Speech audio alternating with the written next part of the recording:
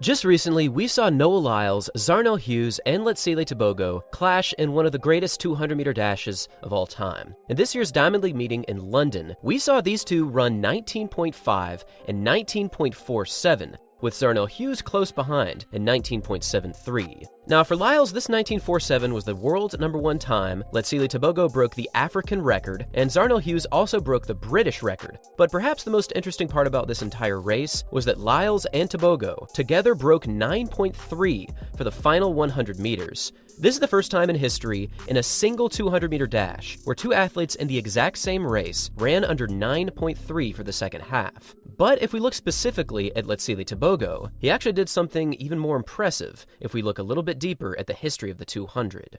Here's a list of the fastest times ever run per lane in the history of the 200 meters. On this list, we obviously have some all-time great performances. There's Michael Johnson in lane 3 at 19.32, Johan Blake in lane 4 at 19.44. Bolt's world record stands strong in lane 5 at 19.19, there's Lyles at 19.31 in lane 6, and Johan Blake's legendary 19.26 in lane 7. And all the way out in lane 8 is Tebogo's recent 19.50 that he ran this year in London.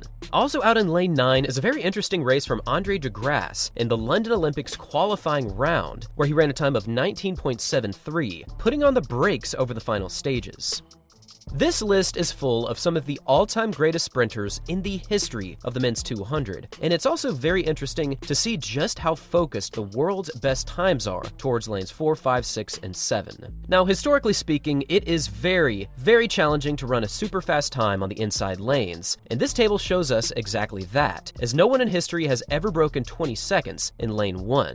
But for Tebogo, this 19.5 in lane 8 is absolutely legendary, because this might actually be the most surprising race that we saw this entire year, because before this, Tebogo had only broken 20 seconds twice, and this 19.5 now lands him at number 6 all time over the 200-meter distance. Seeing this chart gives us perspective as to what has happened over the previous few seasons in the men's 200 meters. It's honestly shocking to see Tebogo join such an exclusive club, and if we look over to lane 6, we see quite possibly the biggest favorite for this year's World Championships over the 200, Noah Lyles. Now, recently, Noah made some pretty bold claims about what he will run throughout his career in the 100 and the 200 meters, predicting he'll run a time of 9.65 over the 100 and a time of 19.10 over the 200-meter distance. This is a bold claim because this would break Usain Bolt's record in the 200 meters by 0.09 seconds,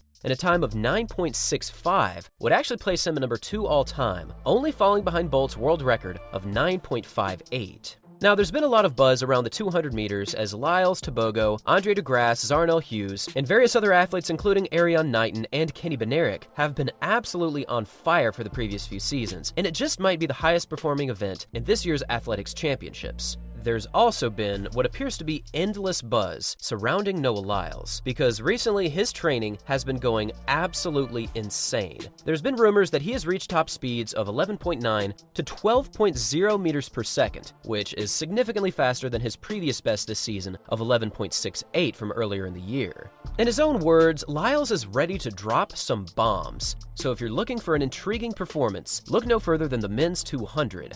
But this is actually not the only race where Lyles will be competing, because he's also looking to double in the 100 meters in this year's World Finals. The ultimate goal for Lyles is to double in the 100 and 200, come away with both titles, and ultimately become the first person since Usain Bolt in the men's division to do this double.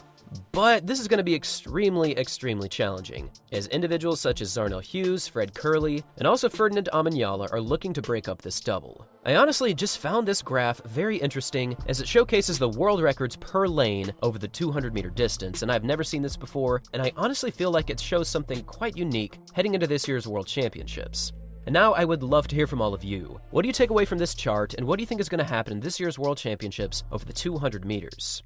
Thanks for watching, everyone. And as always, until next time.